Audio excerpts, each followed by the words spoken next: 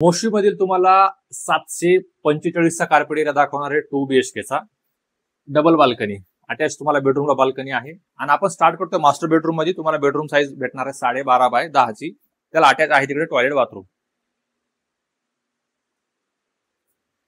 आणि त्यानंतर हा झाला तुमचा कॉमन स्पेस जिथे की तुम्ही wash basin common toilet bathroom असेल. आणि ह्या साईडला आहे तुमचा आपला चिल्ड्रन बेडरूम. आणि सगळ्यात मोठा USP आहे या प्रोजेक्टचा लॅविश किचन. जवळपास किचन साईज 10.5 बाय 8 ची आहे. आणि अटॅच जी तुम्हाला जी बाल्कनी आहे ही सेपरेट करून दिलेली आहे. हे सगळ्यात मोठा प्लस पॉइंट आहे.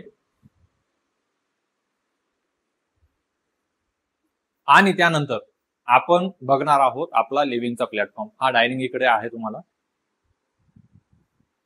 लिव्हिंग पण एकदम स्पेशियस आहे. लिव्हिंगला अटॅच पण बाल्कनी आहे.